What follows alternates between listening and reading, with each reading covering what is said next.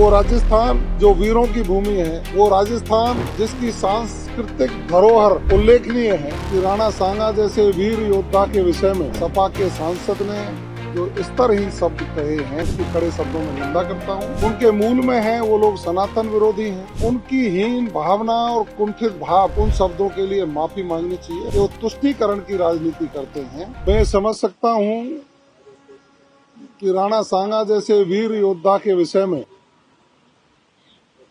स्तरहीन शब्दों का प्रयोग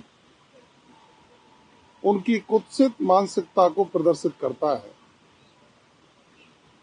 उनके मूल में है वो लोग सनातन विरोधी हैं,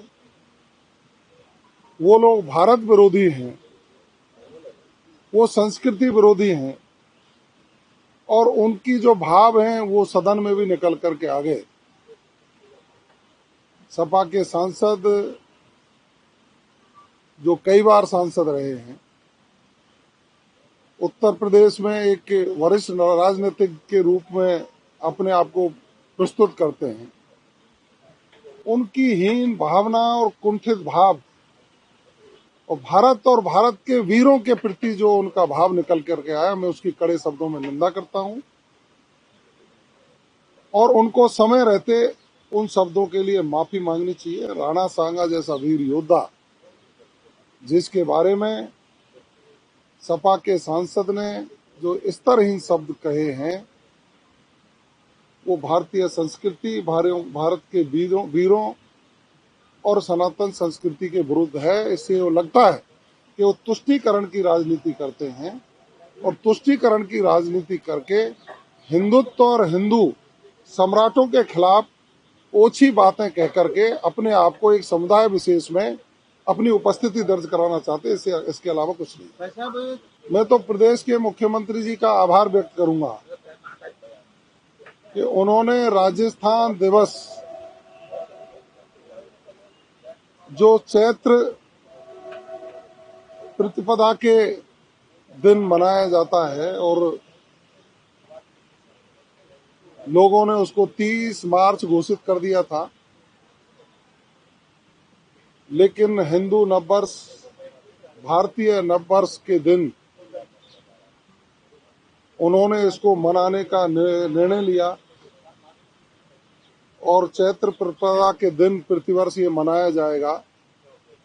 ये हमारी संस्कृति और मूल से जुड़ा हुआ प्रश्न था, जिसको आदरणीय भजनलाल शर्मा जी ने साकार करके राजस्थान वासियों को जो सौगात दी है, मैं उनका आभार व्यक्त करता हूं, उनको साधुवाद देता हूं। दूसरा, प्रदेश के मुख्यमंत्री जी की सकारात्मक सोच कि राजस्थान दिवस के कार्यक्रम हम विभिन्न संभागों में जाकर के उसको रचनात्मक कार्यों से जोड़ करके राजस्थान दिवस मनाया जाए, ये भी उनका दूरगामी सोच है कि विभिन्न संभागों में जाएंगे, लोगों की सहभागिता बढ़ेगी, लोग समझेंगे, सोचेंगे कि वो राजस्थान जो वीरों की भूमि है, वो राजस्थान जिसकी सांस्कृतिक धरोहर उल्लेखनीय है, वो राजस्थान जिसको देखने के लिए देश दुनिया के लोग यहाँ पहुंचते हैं, उस राजस्थान के स्थापना दिवस को हम संभागों पर जाकर नई पीढ़ी के युवा साथियों को अंतिम पंक्ति में खड़ा हमारा युवा भी सोचे कि हमारी संस्कृति, हमारा पर्यटन, हमारा इतिहास और राजस्थान की सरकार के द्वारा युवाओं को, महिलाओं को, किसानों को, गरीब को जो काम किए जा रहे हैं, उनका प्रचार प्रसार और विस्तार हो। ये उनकी सकारात्मक सोच का ही परिचायक है कि वो जनता के बीच में जाकर के राजस्थान दिवस को मनाने का निर्णय उन्होंने लिया। माननीय अशोक गहलोत जी बहुत दिन बीमार रहे, ईश्वर से सबने प्रार्थना की, वरिष्ठ नेता हैं, हमने भी प्रार्थना की वो स्वस्थ हों।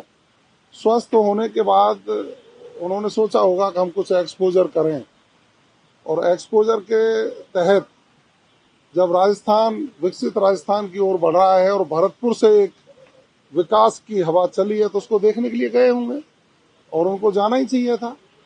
वो आए, भरतपुर को देखे। भरतपुर राजस्थान के पूर्वी सिंह द्वार पर बसा हुआ भरतपुर है और उनका एक सामाजिक सरोकार का भी कोई कार्यक्रम था। अपना घर में जो भरतपुर में अपना घर चलता है, उसने पूरे देश में उसकी शाखाएं हैं, वहाँ वो जाकर के आए। जोधपुर समाज का कोई कार्यक्रम रहा होगा। निश्चित रूप से नेताओं का आना जाना बना रहता है तो उससे राजनीतिक परिदृश्य में कई चीजें निकल करके आती। उनका मैंने बयान देखा, बयान में ऐसा कुछ नहीं था कि वो सरकार पर कहीं आरोप लगा सकें, बयान में ऐसा कुछ नहीं था कि वो विकास पर प्रश्न चिन्ह उठा सकें, बयान में ऐसा कुछ नहीं था कि वो कांग्रेस की कोई बहुत बड़ी मजबूती की बात कर रहे हों। उनकी एक हताशा नजर आ रही थी। जो कांग्रेस की आपसी लड़ाई है उसमें वो कार्यकर्ताओं की नब्ज टटोलने गए थे कि अभी मेरी ही बात में वजन है, क्योंकि दूसरे लोग पुनर्जीवित होने का प्रयास कर रहे हैं। ये प्रयास उनका रहा होगा।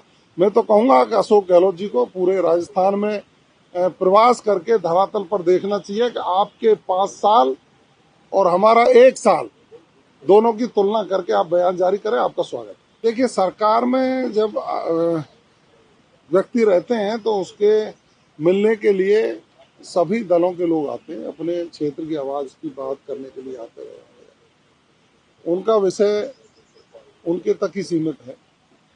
मैं ये कह सकता हूं कि भारतीय जनता पार्टी की सरकार आदरणीय भजनलाल शर्मा जी के नेतृत्व में राजस्थान के सर्वांगीण विकास के लिए, सभी वर्गों के लिए, उनके हित में शानदार निर्णय लेकर के उसकी परिणति धरातल पर करने का काम कर रही है।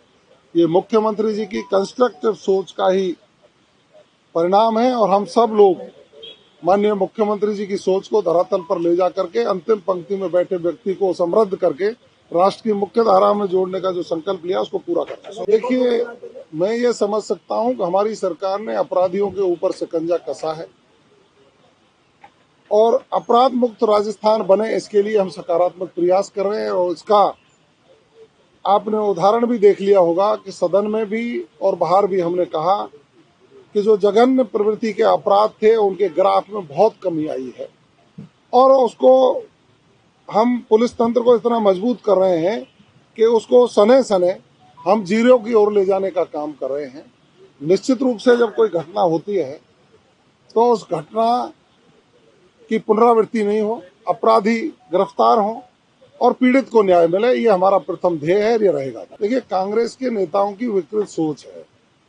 वो हमेशा तुष्टीकरण और एक समुदाय विशेष को राजी करने के लिए हमेशा प्रयास करते हैं और उसी सोच के तहत देश में आज आप देख रहे हैं जहां भी चुनाव हो रहे हैं जीरो की ओर जा रहे हैं। अभी दिल्ली में चुनाव हुआ, कांग्रेस जीरो, और मैं कह रहा हूं कि राजस्थान में जब भी चुनाव होगा कांग्रेस जीरो का स्कोर पे जाएगी, ये सुनिश्चित है।